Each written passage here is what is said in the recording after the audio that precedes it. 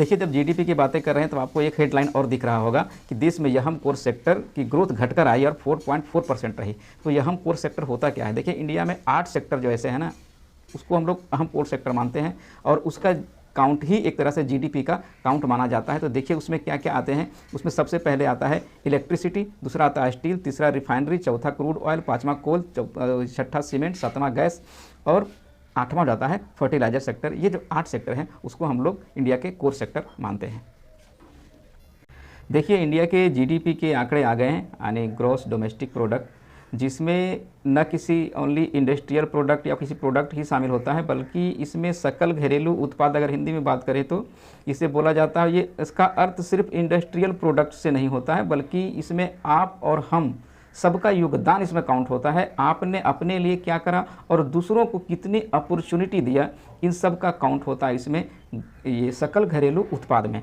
तो आइए, इंडिया की जो सकल घरेलू उत्पाद है यानी जीडीपी है, वो इस बार आ गए हैं और इंडिया का जीडीपी जून तिमाही में, जो इस तिमाही अभी करंट फिनेंशियल ईयर का चल रहा है, उसमें ये 13.5 रही। जी हाँ, ध्यान रखिएगा, ये 13.5 रही। लेकिन जो यहाँ के आरबीआई सेंट्रल बैंक है उसका और यहाँ का जो इकोनॉमिस्ट का अनुमान था, उस अनुमान से ये कम होकर आया है। जी हाँ, इस बात को आप याद रखिएगा।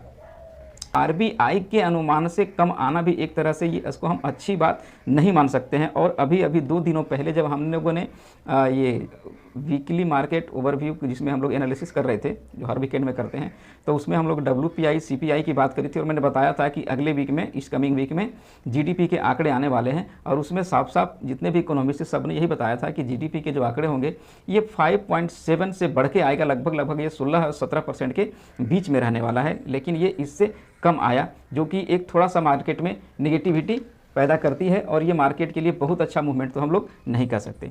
देखिए, इस आंकड़े को डबल डिजिट ग्रोथ बोलकर हम थोड़े देर के लिए खुश हो सकते हैं, पर आंकड़े के जो कि यहाँ का सेंट्रल बैंक है उसी के अनुमान से कम आना, इस बात को लेकर मार्केट परेशान हो सकता है।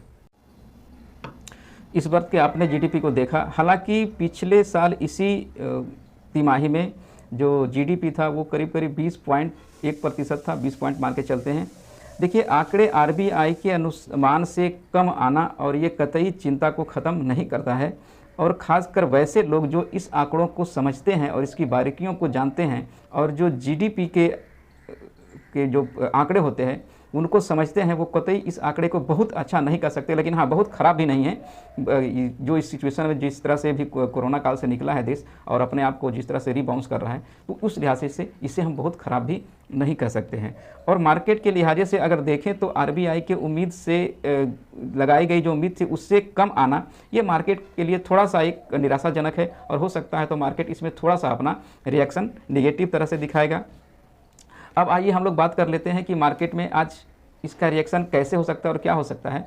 तो खास करके मुझे जो लगता है कि ज़्यादा उम्मीद है कि या तो निफ्टी 17,800 को टच करके उसके बाद करेक्शन दिखाए, मतलब मार्केट खुलते ही थोड़ा सा इसको जो 17,800 को एक बार जो इसका रेसिस्टेंस है उसको टच कर ले, लोगों का स्टॉप लॉस काट ले, उसके बाद इसका रिएक्शन दिखाएगा। हो सकता है आपको मिला जुला के 100 पॉइंट 150 पॉइंट तक का इसमें करेक्शन आ सकता है।